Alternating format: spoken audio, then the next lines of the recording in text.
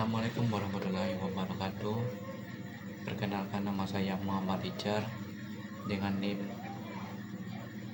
050538262. Di sini saya ingin membuat tugas 1 Pancasila.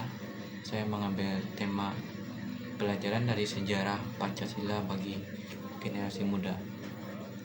Fokus pada perkembangan Pancasila dari masa ke masa. Dalam video ini saya ingin mengajak teman-teman untuk melihat bagaimana Pancasila berkembang dari masa ke masa, serta apa pelajaran penting yang bisa kita ambil sebagai generasi muda Indonesia. Peristiwa penting. Sejak disahkan pada 18 Agustus 1945, Pancasila telah menjadi dasar negara Indonesia. Namun penerapannya tidak selalu berjalan mulus. Pada masa awal kemerdekaan bangsa Indonesia,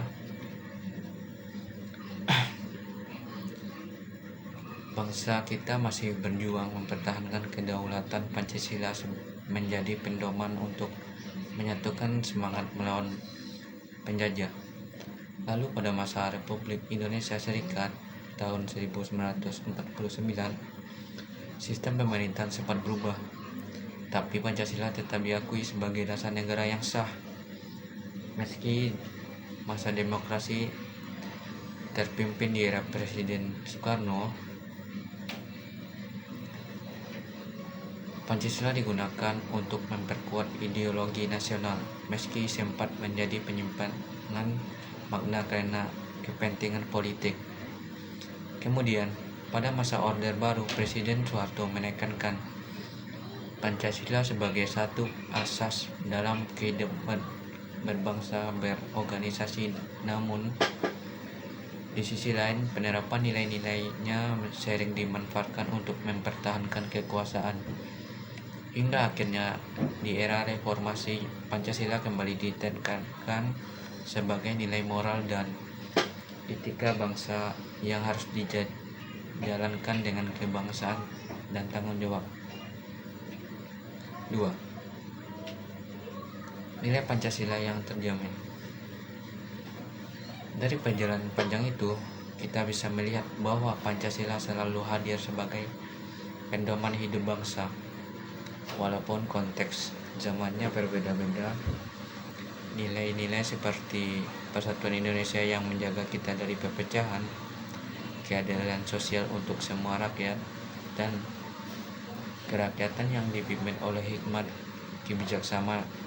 kebijaksanaan mengajarkan kita arti penting musyawarah dan demokrasi. Pancasila bukan hanya ideologi politik, tapi juga cerminan moral bangsa Indonesia. Sebagai generasi muda,